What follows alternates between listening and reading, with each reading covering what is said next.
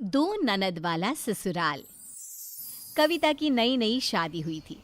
ससुराल में सास पार्वती और दो ननद राधा और रीना होती हैं।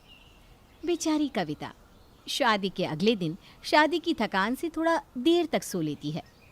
माँ, आज घर में भाभी का पहला दिन है। भाभी अभी तक उठी नहीं। सुबह के 11 बज रहे हैं। रुक, मैं देखती हूँ। सास कमरे में जाती है तो देखती है कि बहू तो अभी भी अपने पति के साथ सोई हुई है। बहू, उठने का समय नहीं हुआ क्या? ये तेरा मायका नहीं है जो 11 बजे तक सोती रहेगी। उठ जल्दी, और जल्दी से चाय बना कर ले आ, फिर खाना बना। देख कितनी देर हो गई है। हाँ माँ जी, सॉरी, वो शादी की थकान इतनी लगी थी कि नींद ही नहीं खुली। मैं अभी फ्रेश होके आती हूँ, फिर सारे काम कर लूँगी। जिसके बाद बहू फ्रेश होने चली जाती है तो देखती है कि उसका बाथरूम अंदर से लॉक्ड है। ये मेरे बाथरूम में कौन है? भाभी, मैं हूँ। वो क्या है ना, मेरे बाथरूम में गीजर खराब है, इसलिए मैं यहीं नहाती हूँ। अच्छा, जल्दी से निकलो रीना दीदी, मुझे बहुत प्रेशर आया है। अभी अभी तो आई हूँ मैं, आपके उठने से 5 मिनट पहले। अब क्या मैं चैन से नहा भी नहीं सकती? ठीक है, नहा लीजिए दीदी। वहीं रीना बाथरूम में नहाने में 1 घंटा लगाती है, जिस वजह से कविता को तैयार होने में देर हो जाती है और खाना बनाने में भी देर। ये है आजकल की पूजनिया बहुएं। एक मेरी बेटियां हैं, सुबह 5 बजे नहीं तो लेकिन 7 बजे उठकर घर का सारा काम कर लेती है। आज बहू का इंतज़ार किया तो ये हाल है कि शाम को 4 बजे खाना मिल रहा है। उठना 11 बजे, नहाना 2 बजे तक। वो माँ जी, वो माँ जी क्या? मुझे कोई बहाना नहीं सुनना, समझी? वहीं शाम के समय, भाभी, एक गिलास पानी देना। दीदी मैं अभी सब्जी काट रही हूँ। तो वो काम रोका भी तो जा सकता है। वैसे भी पूरा दिन आपको किचन में ही रहना है ना। ये लीजिए पानी। अच्छा सुनो भाभी, वो सामने से टीवी का रिमोट पास करना। तो ऐसा बोलना था ना, पानी नहीं टीवी का रिमोट चाहिए था। ये लीजिए। एक टीवी का रिमोट खुद से नहीं उठा सकती। वहीं अगले दिन सास बहू की मुंह दिखाए रखती है, जहां मोहल्ले की सारी औरतें आती है। अरे वाह पार्वती बहन, आपकी बहू तो एकदम कोहिनूर है। सच में ऐसा लग रहा है कि कोयले के खदान में हीरो। क्या कहा? वो जुबान फिसल गई। मेरा मतलब था बहू बहुत सुंदर है। इसी तरह सभी बहू की मुंह दिखाई करती हैं और उसे ढेर सारे उपहार और शगुन के रूप में पैसे देती हैं। वहीं मुंह दिखाए खत्म होने के बाद कविता सारे उपहार और शगुन के पैसे लेके कमरे में चली जाती है। ये पैसे गिन लेती हूँ कितने हैं, फिर इसमें जो कम पड़ेंगे वो ऐड करके माँ जी को दे दूंगी। मेरे लिए कोई ज्वेलरी बना देंगी। बहू पैसे गिनने लगती है कि तभी राधा वहाँ आती है। आपको शगुन में इतने सारे पैसे मिले भाभी?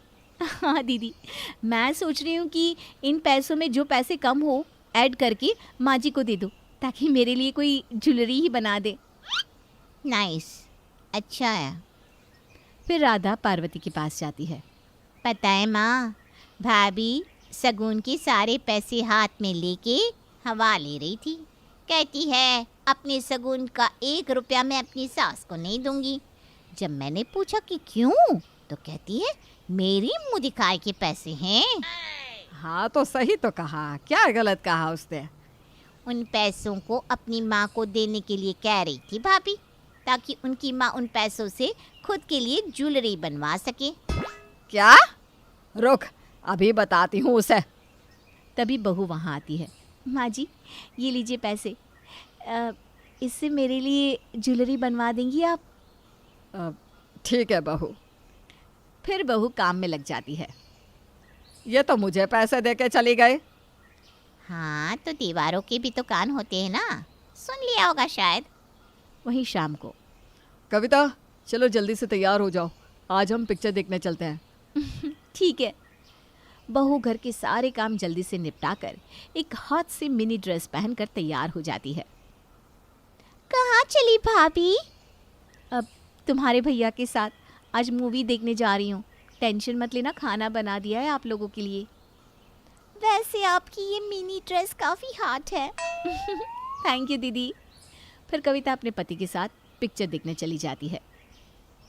देखा माँ, भाभी कितनी हॉट सी ड्रेस पहन कर गई भैया के साथ, यूं मिनी सी ड्रेस। घोर कलयुग आ गया है। आजकल की बेटियां घर में सूट में ढकी, वहीं बहुएं ये छोटे छोटे कपड़े पहनकर घूम रही है। जिसके बाद सास को कविता पर बहुत गुस्सा आता है। इसके बाद वो बहू के कमरे में जाके अलमारी से उसके सारे मिनी ड्रेस निकाल लेती है। राधा और रीना, दोनों इसे बाहर फेंक दो।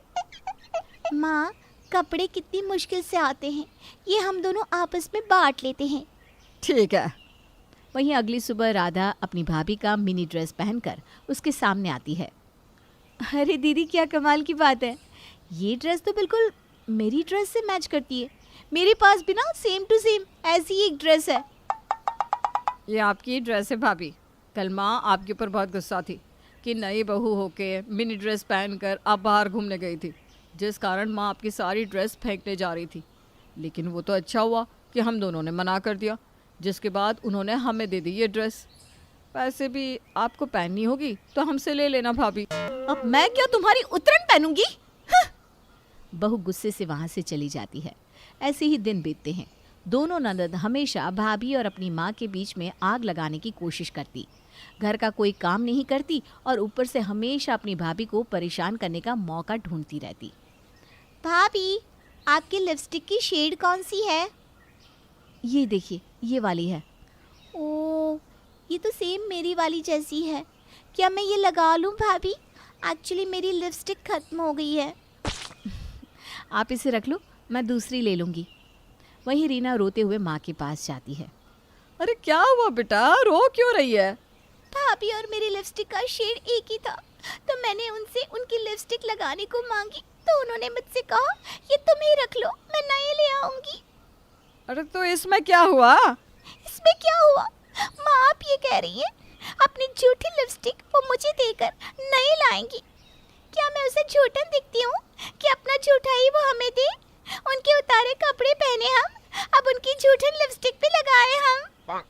इस बहू की तो। तभी बहू वहां आती है, जो कि अपनी ननद की हरकत देख रही होती है। जी माँ जी, आपने बुलाया? अब आई गई है तो सुन ले। तूने मेरी बेटियों को क्या समझ रखा है? हर समय तू इन्हें नीचा दिखाने की कोशिश करती रहती है। मैंने कब नीचा दिखाने की कोशिश की? मेरे कपड़े तो जलन के मारे आपकी ही बेटियों ने आपस में बांटा था, भूल गई? और मेरी जूठन तो इन्हें ही लगाने का शौक है, तभी तो मुझसे लिपस्टिक मांगने आ गई। और अब आपको झूठ झूठ बोल रही है। इस तरह सास बहू में दोनों ननदों को लेकर बहस हो जाती है। वहीं दोनों ननदें अपनी माँ और भाभी का झगड़ा देखकर मजे ले रही होती है। अरे वाह, बहुत दिन हो गए ऐसा झगड़ा देखे।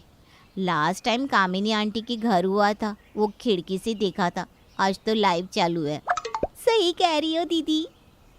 मुझे पता है तू मेरी बेटी से जलती है। ठीक है, आपको जो लगता है वही समझ लो। वो कहते हैं ना, जिसे जितनी इज्जत दो वो उतनी ही कदर नहीं करता।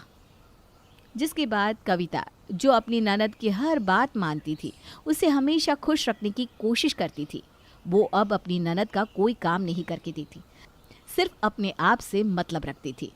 जिस कारण अब दोनों ननद को अपनी गलती का एहसास होता है, लेकिन उन्होंने खुद अपनी भाभी के मन में खुद के लिए इतना जहर घोल दिया था कि उनकी कविता से माफ़ी मांगने की भी हिम्मत नहीं थी। क्या दोनों ननद भाभी में तनाव अब ऐसे ही बना रहेगा, या रिश्तों में कभी सुधार भी आएगा?